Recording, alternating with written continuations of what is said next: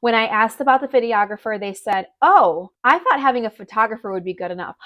Welcome back to another week of me reacting to your wedding stories, the good, the bad, the ugly, and everything in between. We got a long one today, so let's just jump right into it. I, 25 female, married my husband, 25 male, a few years ago. When we first got engaged, we had a video call with all our parents to discuss plans and such. My parents generously offered to pay for half the wedding. We had planned to pay for it all ourselves, so this was an unexpected gift. I love that. They didn't expect anyone to pay for it. They were just talking over plans, and that's very, very generous and nice of the parents to offer because that should not be expected. His parents then said they wanted to pay for the other half as well. I am going to just insert my thoughts here, as I always do, sorry, but this can put a lot of weird pressure on parents. If you are all talking together, we don't know what the means are between one parent. Maybe one family's more well off than the other. But if one right then and there is like, we want to pay for half your wedding, the other couple might feel inclined or might feel like they have to say, oh, we're going to pay for it too,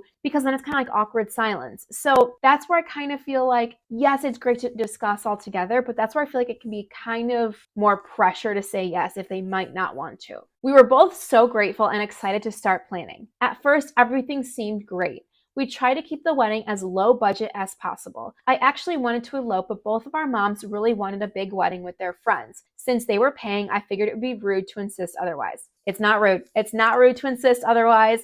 I say this time and time again, go with your gut. Go with what you and your partner want first, then invite other people in to give their opinions. And if they want a big wedding, you gotta, balance the pros and cons.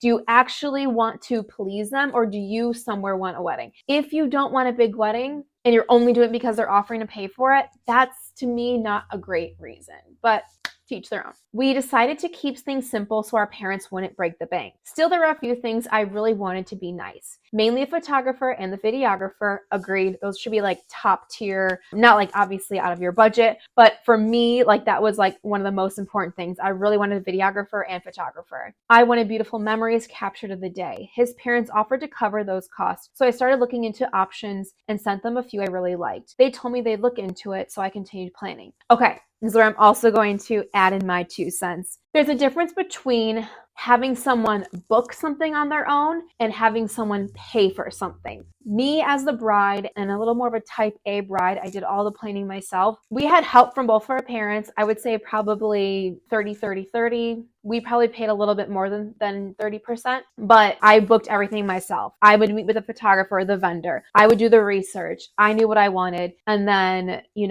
if parents were helping with certain things, they would just like send some of the money, or they would like give us a gift of something, or afterward they would give us a gift. It was never expected. I would say like, hey, we got this covered, and then they might come back and say it. When you put the task in someone else's hand, then you are giving them a job. So things might fall back on deadlines. They might not pick the person you want. If you are not choosing yourself, then you're delegating. And that's when we kind of lose the timeline a little bit. Because I saw it happen before in another one of these stories where a bride said her mother-in-law wanted to help. And so she gave her the task of booking the Airbnb. She had never booked an Airbnb before, so she didn't know that they filled up. She didn't know what the cost would be. And so she was kind of left in the dust. And she tried to write it like the mother-in-law was the bad one in the story, but I read it like she just didn't know what to do. She wanted to help, but then she was given this huge task to book the Airbnb for the venue to host the wedding. And that's just a lot. So you got to make sure when someone's offering to help or offering to pay financially, how they want to do it. And then keep most of the reins back in your court. As the wedding got closer, I checked in a few times.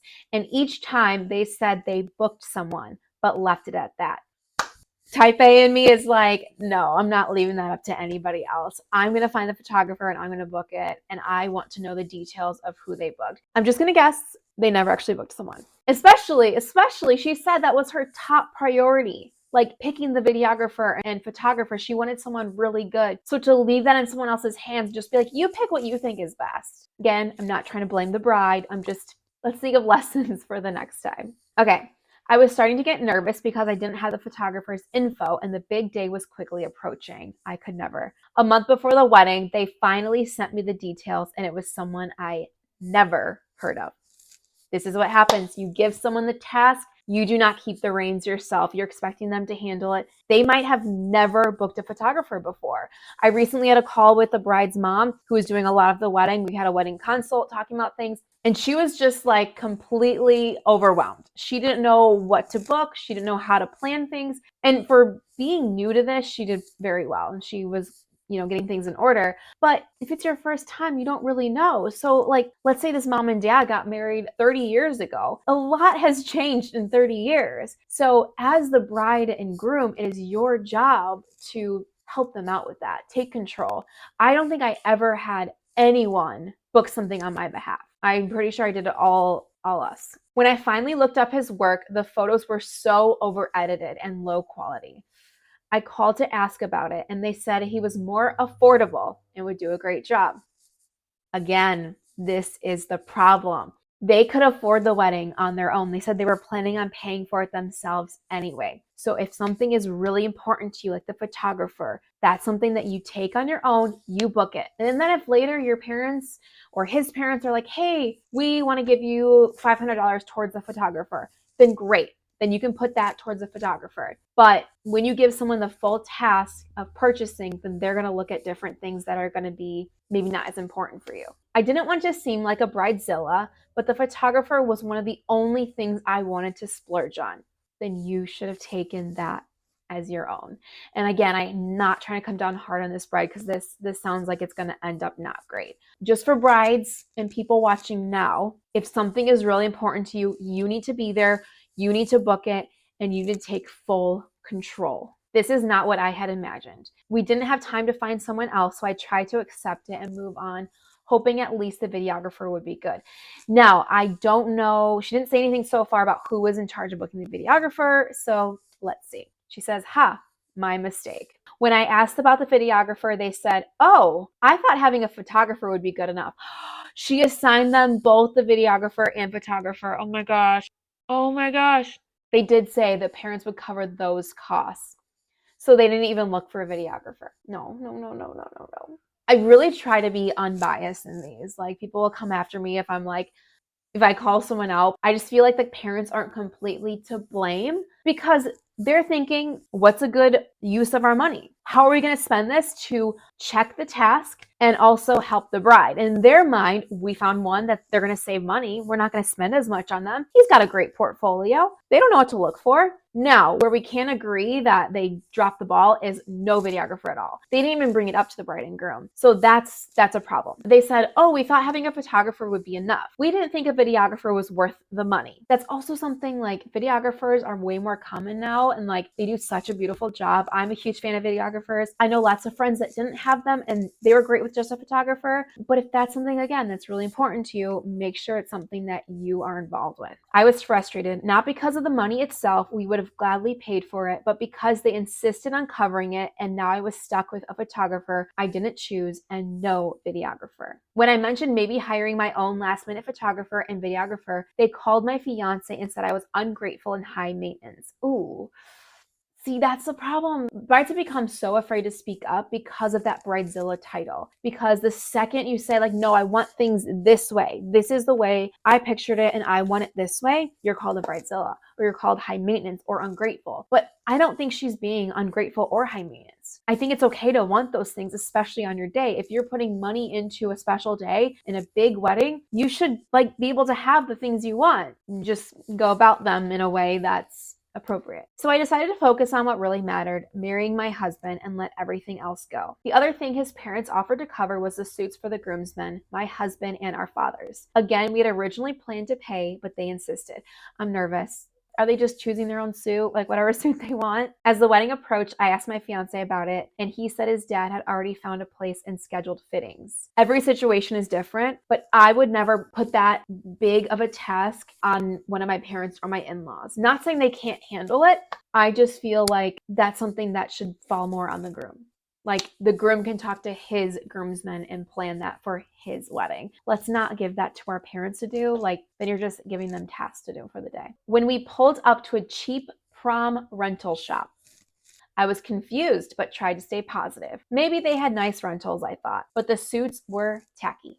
I didn't want to be that bride. See, she's so afraid of that title of Bridezilla that she doesn't want to speak up, but it's her wedding. Again, a lot has changed since his parents probably got married. I mean, maybe 25, 30 plus years ago. The suits looked awful. I suggested maybe finding another place, but my husband said his dad had already put down the deposit. The colors didn't match our wedding theme, and honestly, they just looked cheap. But again, I told myself, you know what? It's fine. As long as I get to marry my man, who cares? There's this balance, right? It's like, I feel like we're told, of course, the marriage is the most important thing, right? So we're told if you care about anything else, then you're too materialistic, or you're a bridezilla, or you're high maintenance. But there's a balance, right? If all you're focused on is, these little tiny details that no one will notice, and you go crazy over, something being slightly the wrong color, or something not going perfectly the right way, then yeah, I could see that. But you're putting money into this day and you're having guests come and you're hosting this big event. So it's okay to care. And it's okay to say, no, I want things this way. It's just how you go about it, right? Then came pickup day, the day before the wedding, and it was pure chaos. One suit was missing entirely. Another was way too small for the groomsmen who had already been measured. And on the actual wedding day, my husband's suit pocket was literally coming off at the seams from a bad alteration. Oh my gosh, this poor bride. Oh, and his dad, the one who chose the suits, he didn't even wear his. He said he thought it was just for the reception.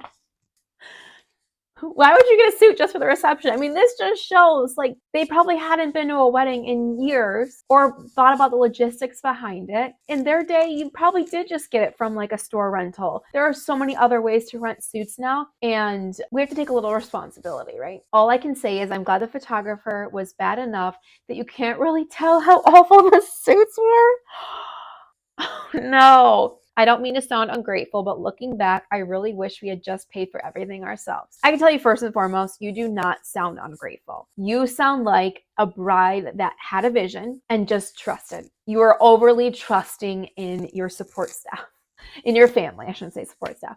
You were overly trusting. You didn't want to look bad. You wanted to be kind. You wanted to allow them to have a little bit of freedom to accept, what they were helping you with. And if anything, you were like overly grateful. You were like, oh my gosh, they want to help us. They can do whatever they want with the money and I will just accept anything. Yeah, so I definitely don't read that you sound ungrateful. I sympathize with you. I think this is a lesson, like I was kind of saying earlier. It's okay to say that you want things a certain way. And people that want to help, whether they want to be a part of the planning process, or they want to help financially, or they want to come to certain things, allow it. Allow them to come to as many things as they want, but you should always be that main point of contact. You should be at every meeting. You should be picking the place. And then if people want to help, they can help in their own ways, right? I think it's just good to be very clear and communicate what you're looking for, because I think, again, like they haven't been to a wedding in probably decades, or not been to a wedding, but hosted a wedding in decades. And so a lot has changed. And so I think it's our job as the bride or the couple getting married to just really take the ring. I hope that helps. All right, guys, that's all I have this week. Thanks for hanging out with me, and I will see you next time. Bye now.